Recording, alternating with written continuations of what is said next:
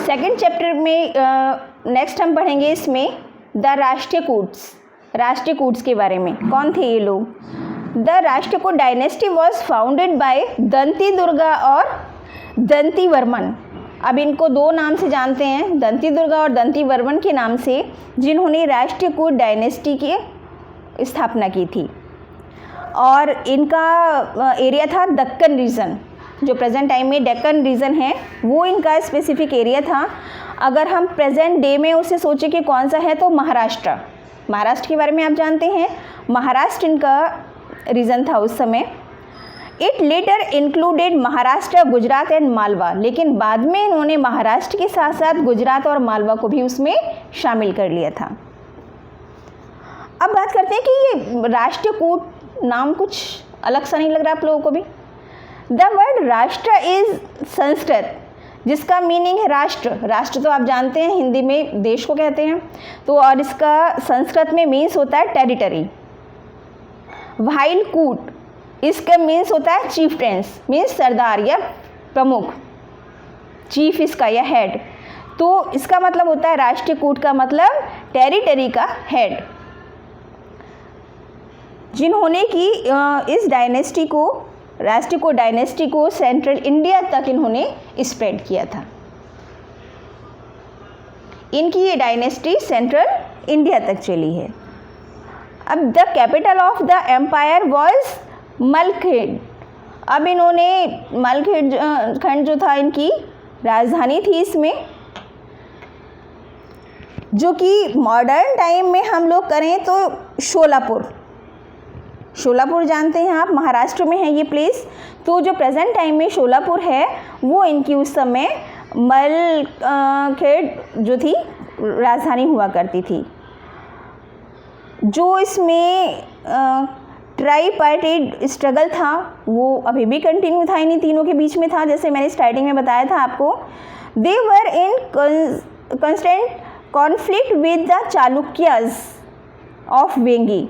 जो वेंगी के चालुक्य थे उनका भी प्रभाव था, पल्लवाज, ये सारे के सारे आपको जितने भी हैं इस साउथ की डायनेस्टी के बारे में आप पढ़ रहे हैं, मैं आपको बार बार बता रही हूँ इसमें।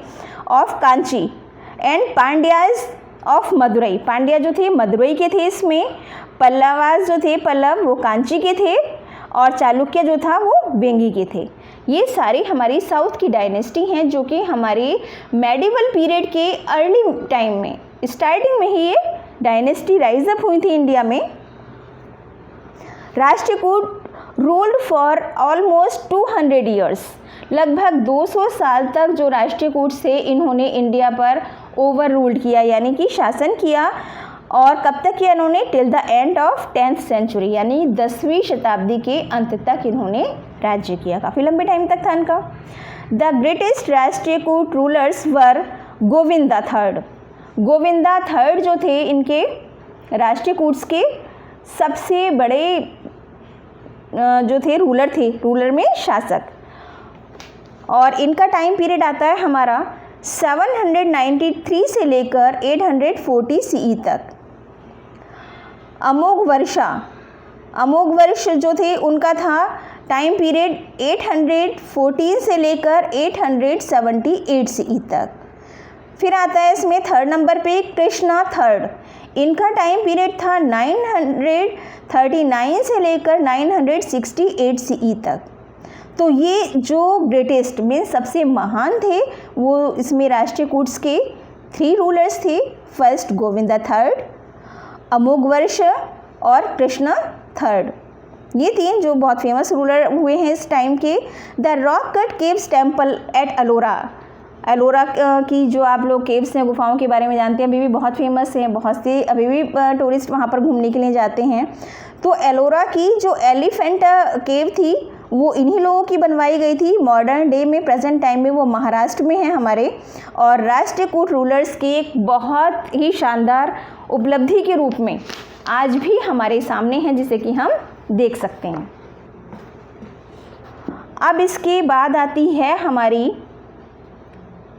चौहान डायनेस्टी। चौहान डायनेस्टी नाम आते के साथ ही सबसे पहले आपके दिमाग में क्या नाम आ रहा होगा? पृथ्वीराज चौहान, ओबियसली यही नाम आना भी चाहिए। पृथ्वीराज चौहान जो कि अजमेर के शासक थे। उनका कौन सा प्लेस था पृथ्वीराज का? अजमेर, ठीक है ना। तो जब हम चौहान डायनेस्टी की बात करते हैं, जिसे कि चाहमान भी कहते हैं, ये चौहान वर्ड जो है, कुछ हिस्टोरियंस हैं हमारे, उनका ऐसा मानना है कि चौहान जो है ये अपभ्रंश है, सही शब्द जो था ये चाहमान था, तो इसे चौहान कहिए। या चाहमान डायनेस्टी जो अजमेर की थी और ये इस्टेब्लिश हुई थी हमारी 11वीं सेंचुरी में, यानी 11वीं शताब्दी में ये इस्टेब्लिश हुई थी। Before establishing their dynasty the Chauhans were vassals of the Gurjara Pratiharas, यानी कि जब आपको पता है कोई नई डायनेस्टी शुरू होती है, कोई भी जो पावरफुल पर्सन होता है तो क्या काम करता है? अदर को अपने अंडर कंट्रोल करने की बात करता है ना। और जो अदर डायनेस्टी हैं वो कोशिश करता है कि वो डिस्ट्रॉय हो जाएं, उनका जो साम्राज्य था, पहले यही चलता था हिस्ट्री में, तो उनका जो साम्राज्य है वो हमारे उसमें मिल जाए। One of the greatest ruler of Chauhan dynasty Vigraharaj, Vigraharaj जो थे चौहान डायनेस्टी के ग्रेटेस्ट रूलर थे। और हु कैप्चर्ड चित्तौड़, जिन्होंने चित्तौड़ को अपने अंडर कंट्रोल कर लिया था। दूसरे आते हैं पृथ्वीराज चौहान, जिनके नाम से चौहान डायनेस्टी ही जानी जाती है प्रेजेंट टाइम में। The most famous Chauhan ruler, और ये थर्ड अप हुए थे अजमेर में 1177 CE को। He followed a vigorous policy expansion, wherein his most famous expansion was against the Chandel of Bundelkhand.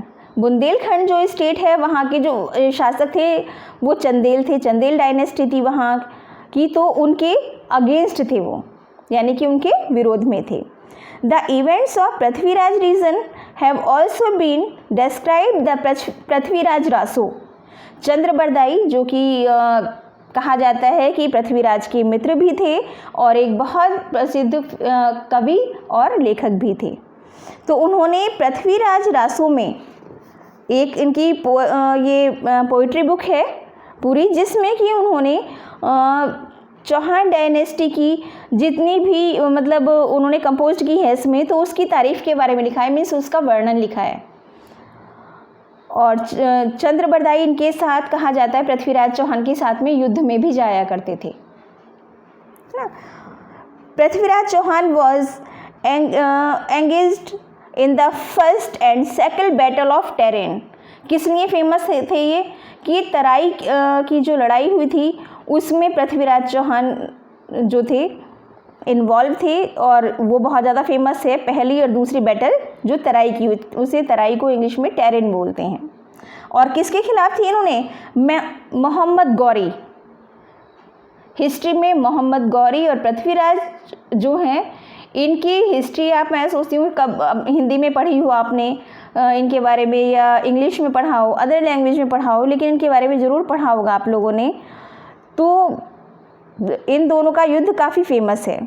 He was defeated and imprisoned after the second battle of Tarain. मतलब कहा जाता है कि पृथ्वीराज चौहान कई बार इनसे युद्ध में जीते और हर बार उन्होंने मोहम्मद गौरी को क्षमा कर दिया, माफ़ कर दिया और उसको वापस भेज दिया। उनको हर बार ये लगता था कि शायद अब दोबारा मोहम्मद गौरी यहाँ नहीं आएगा उनसे लड़ने के लिए, लेकिन पृथ्वीराज चौहान यहाँ पर गलत थे। वो दोबारा आया और एक ही बार केवल ऐसा हुआ कि जब पृथ्वीराज चौहान उससे हारे और उसने उन्हें एक बार भी क्षमा नहीं किया। कहा जाता है कि उनकी आंखें निकल वाली थीं, उसने बहुत बुरी तरह से टॉर्चर किया था। जिस व्यक्ति ने उसको कितनी बार जीवन दान दिया हो, क्षमा करना एक दूसरी बात है और जीवन दान देना अलग, दोनों चीज़ें अलग अलग हैं। तो कितनी बार उनको इतिहास में माफ़ कर दिया, इस बात का हिस्ट्री में काफ़ी आप देखेंगे आगे चल के, आपके चैप्टर में इतना नहीं है। तो उसके बाद वो इंसान पृथ्वीराज चौहान को माफ़ नहीं कर पाया और इस तरह से चौहान डायनेस्टी डिस्ट्रॉय हो गई। पृथ्वीराज के बाद में कोई चौहान डायनेस्टी का रूलर नहीं था इसके बाद। तो इस तरह से जो हमारी अर्ली टाइम में स्टार्ट हुई थी डायनेस्टी, धीरे धीरे एक एक करके वो ख़त्म होती चली गई।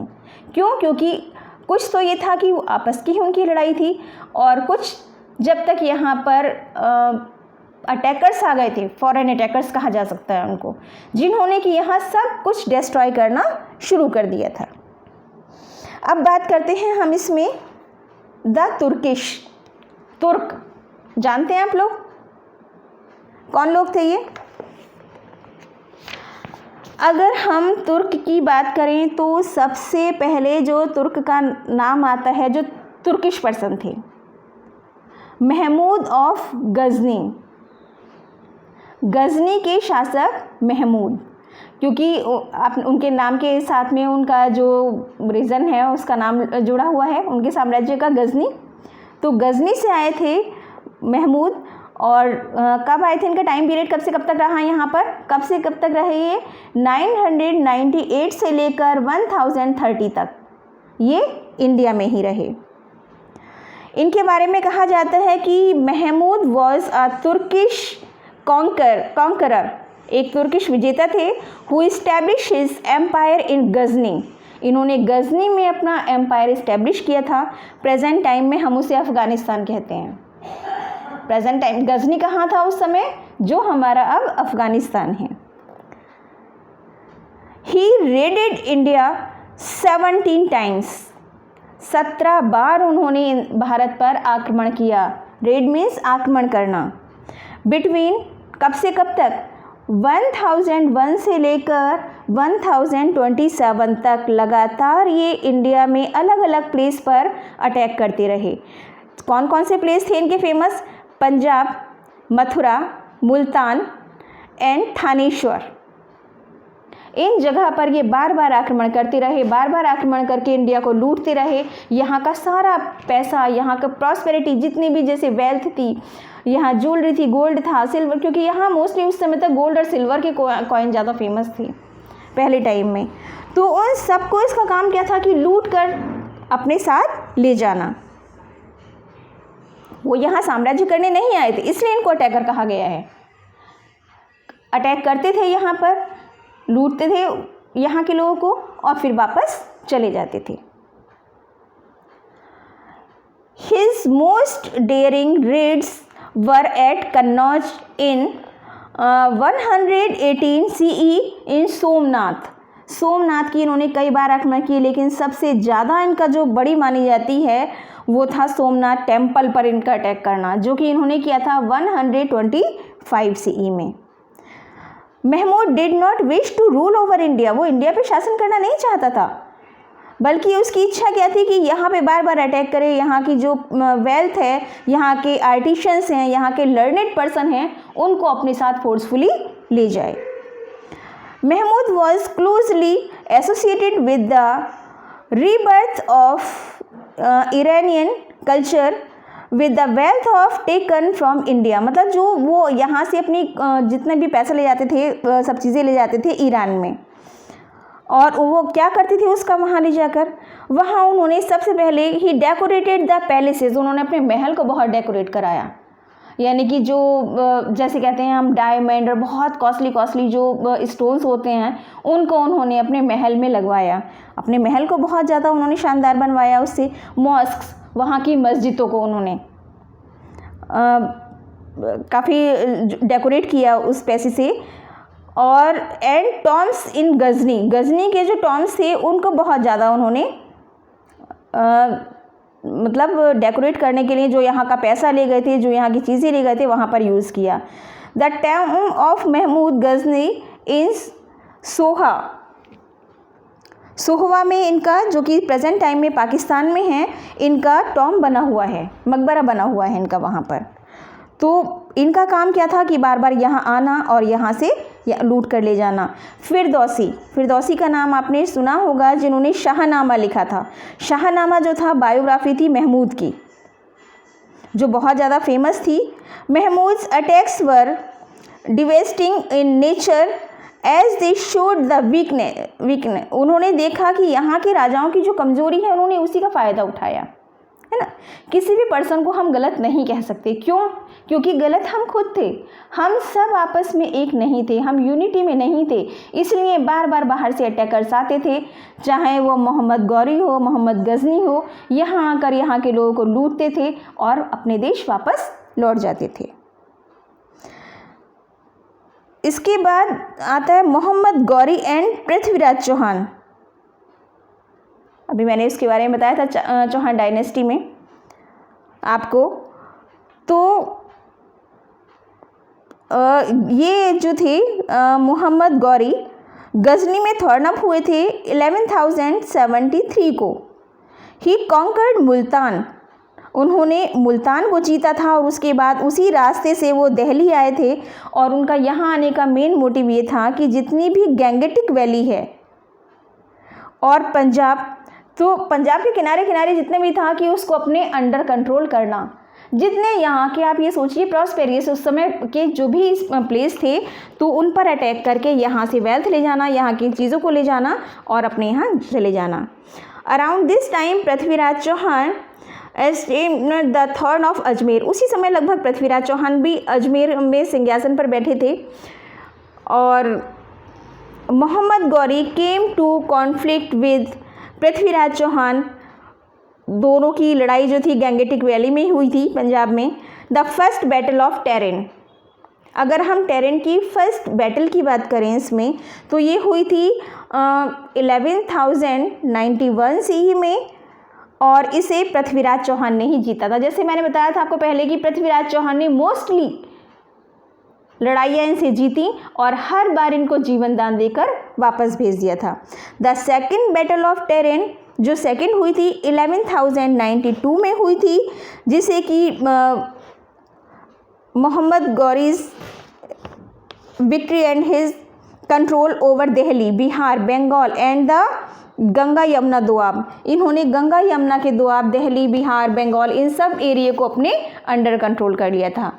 After the battle of terrain, terrain की लड़ाई के बाद मोहम्मद गौरी जो थे वापस गजनी लौट गए थे, जो कि अपना उनका राज्य था, और यहाँ उन्होंने इंडिया को कंट्रोल करने के लिए एक उनका पहले टाइम में स्लेव हुआ करते थे, स्लेव कहते हैं दासों को, गुलाम जिन्हें बोलते हैं उर्दू में, तो एक कुतुबुद्दीन ऐबक इनका बहुत खास और वफादार स्लेव था, उसे इन्होंने इंडिया में छोड़ दिया था इंडिया को कंट्रोल करने के लिए, यहाँ की टेरिटरी को ओवर रूल करने के लिए। अब उसका काम क्या था, क्योंकि वो इनका बहुत वफादार था, तो कुतुबुद्दीन ऐबक जिसने कि स्लेव डायनेस्टी की स्थापना की थी, उसे फाउंडर कहा जाता है यहाँ पर स्लेव डायनेस्टी का। उसने यहाँ आकर क्या काम किया कि वो बाद में उन्हें पैसा भेजता रहा, या दोनों ने आपस में मिलकर यहाँ पर इस तरह से इंडिया को लूटना शुरू किया था। It's okay.